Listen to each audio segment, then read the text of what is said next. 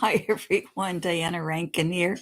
And our little Piper is hiding over here right behind me, or a little bit behind me, not right behind me, but she's hiding over here. You'll see her go crawl over in her bed shortly.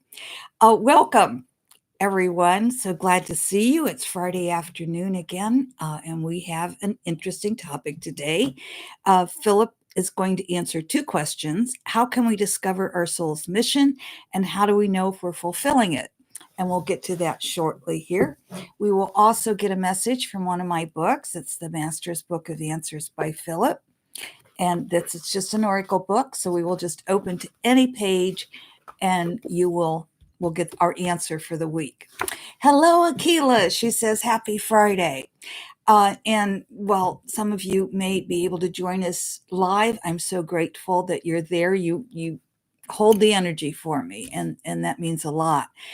For those of you who can't make it live, thank you for coming and listening to our videos and hopefully gaining something from them.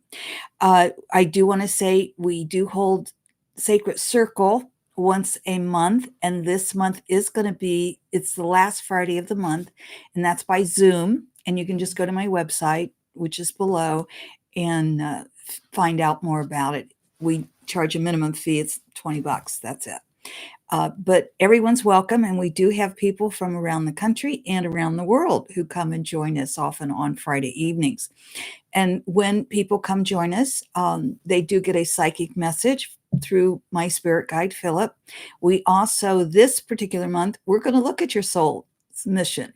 And we also do a guided meditation, and I tell a story, or usually from mythology or something of that nature.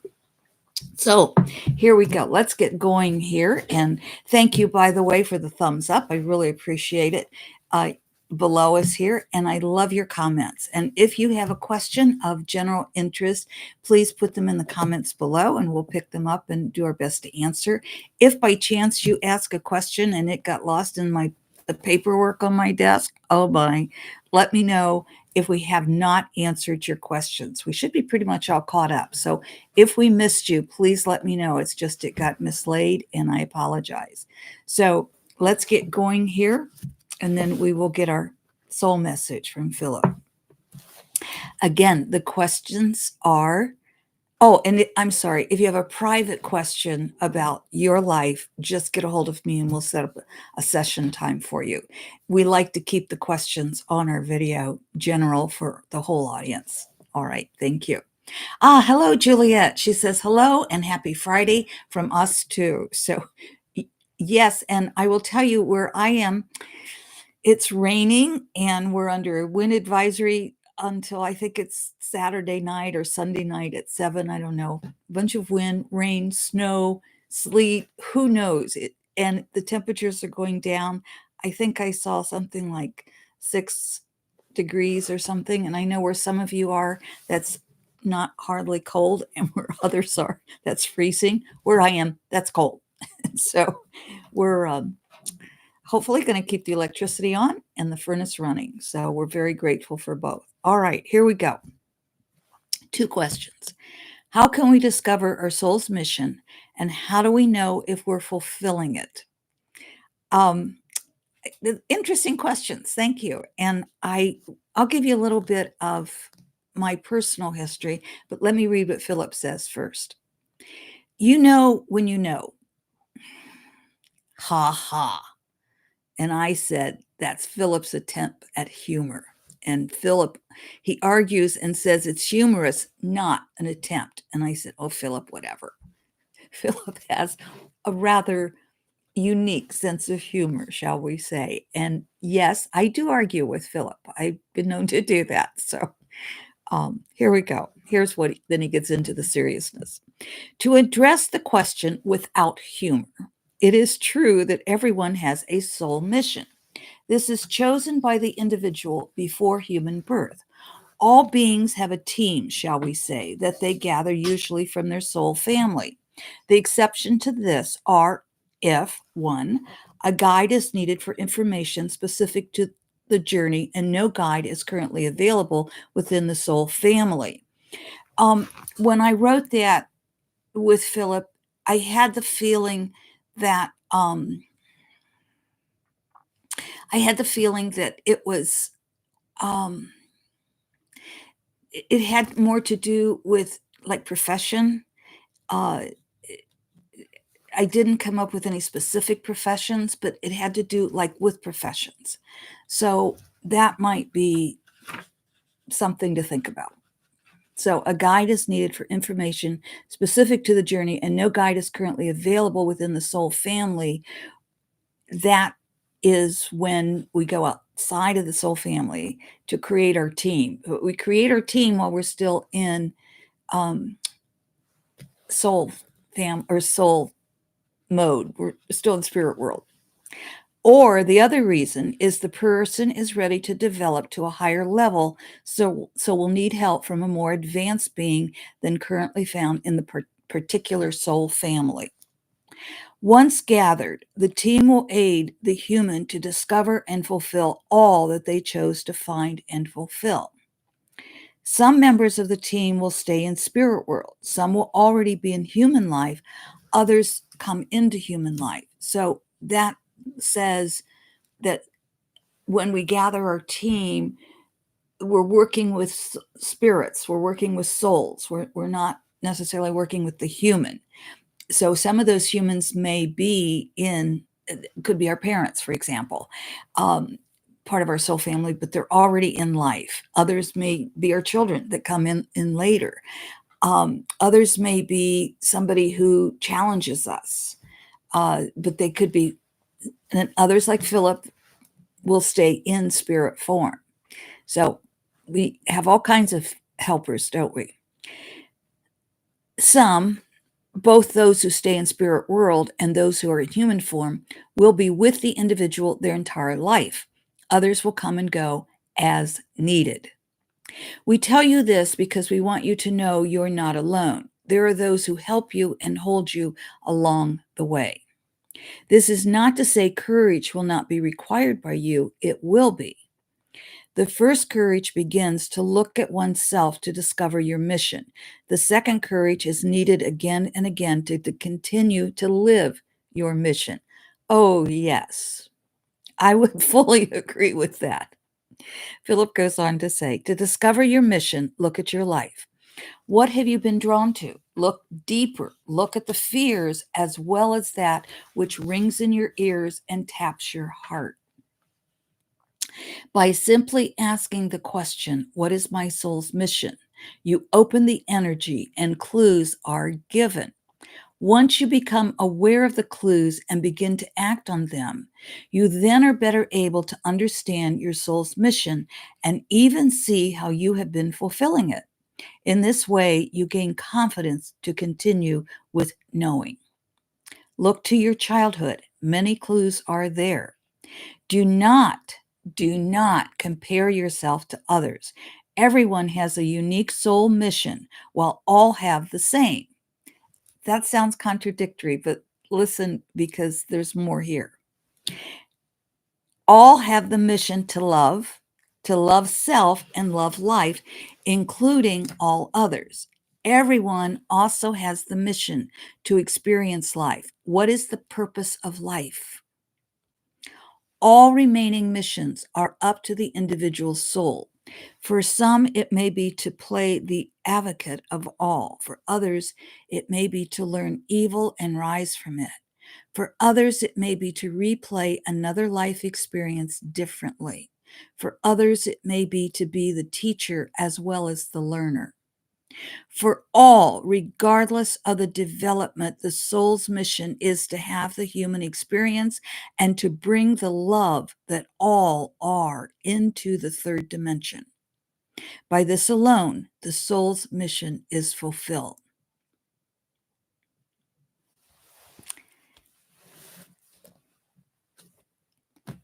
I want to go over. Juliet says, interesting, just wondering, how can I guide be unavailable? Can they multitask? Okay.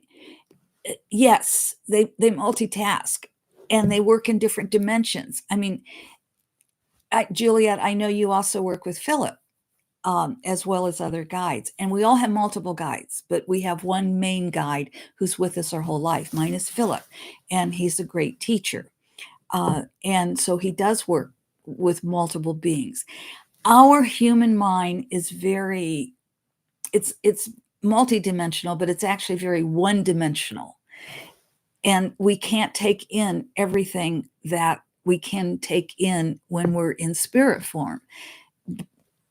We just couldn't handle it. Our human minds would go crazy. And I will tell you, when I teach the Awakening Weekend workshop, I always said, don't live in the energy, because living in that deeper energy is very difficult to live in the human world and also in that deeper energy. And I did find out,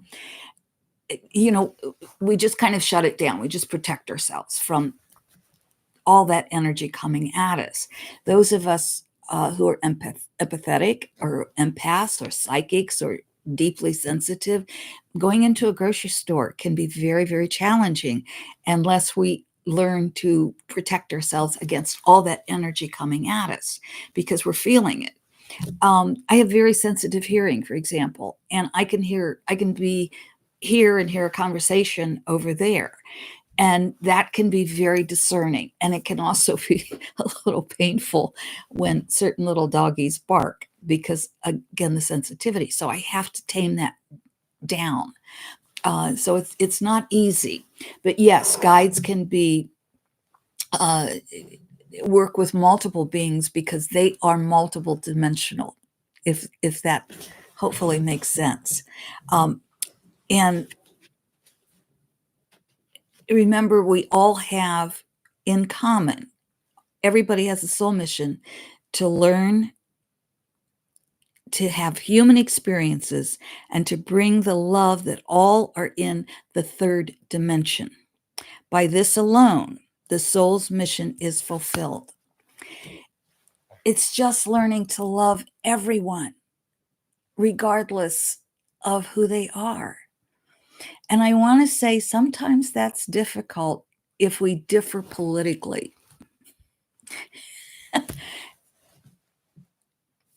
I love to have discussions with friends who are open to it, where we sit and we find the common ground politically, but we vote for different people. I think you probably all know I'm moderate, but I tend to vote to the left. I think you all get that. I think for some, it is hard to get over childhood issues.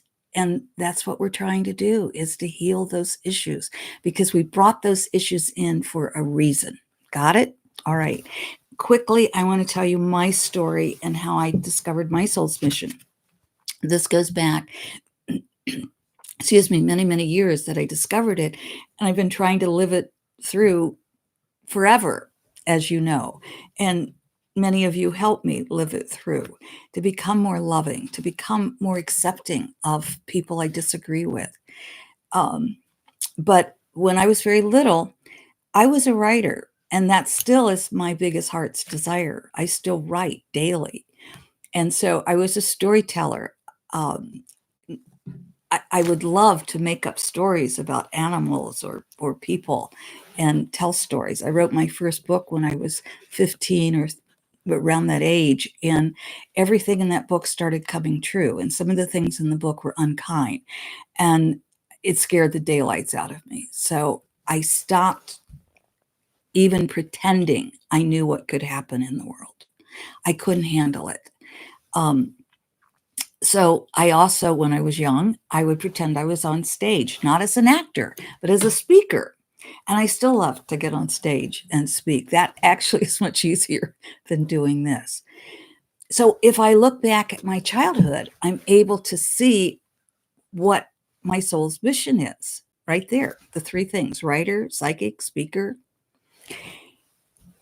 What is harder for me, it was very hard for me to become an intuitive, a psychic. That was very difficult for me, because everything in my childhood taught me not to be that wasn't a good thing to be.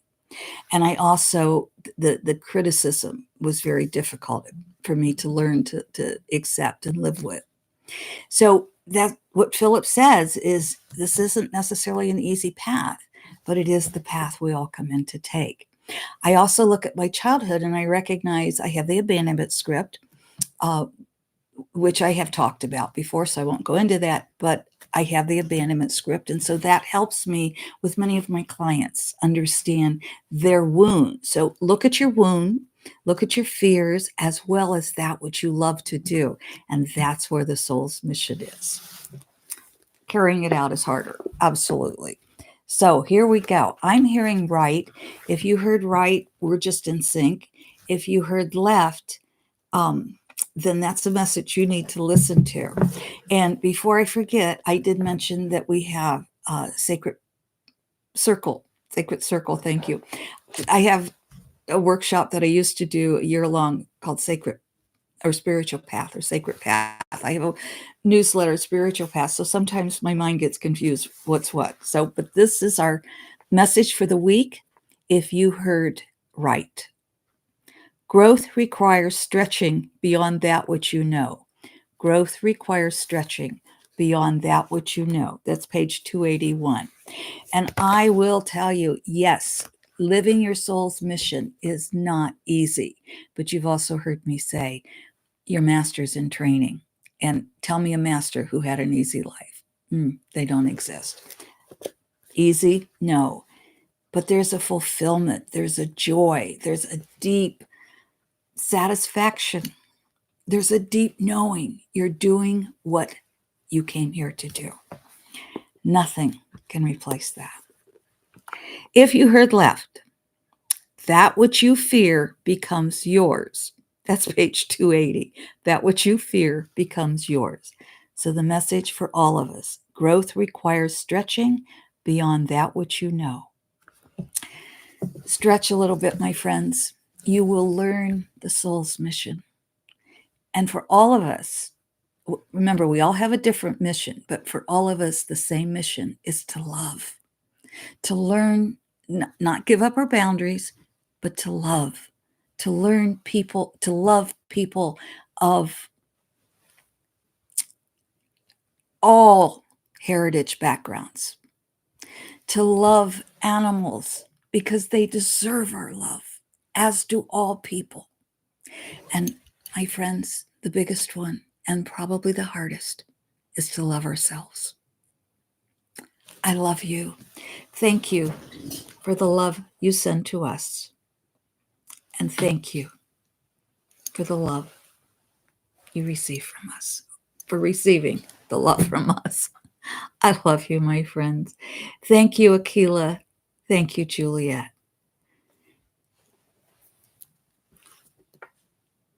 And can a guide ever be unavailable? I have never found Phillip unavailable. So to my knowledge, no. But if you find a guide unavailable, perhaps that's not the guide you should be talking to at that moment. I hope that answers the question. Thank you. I love you all. Have a great week, and I'll see you next Friday.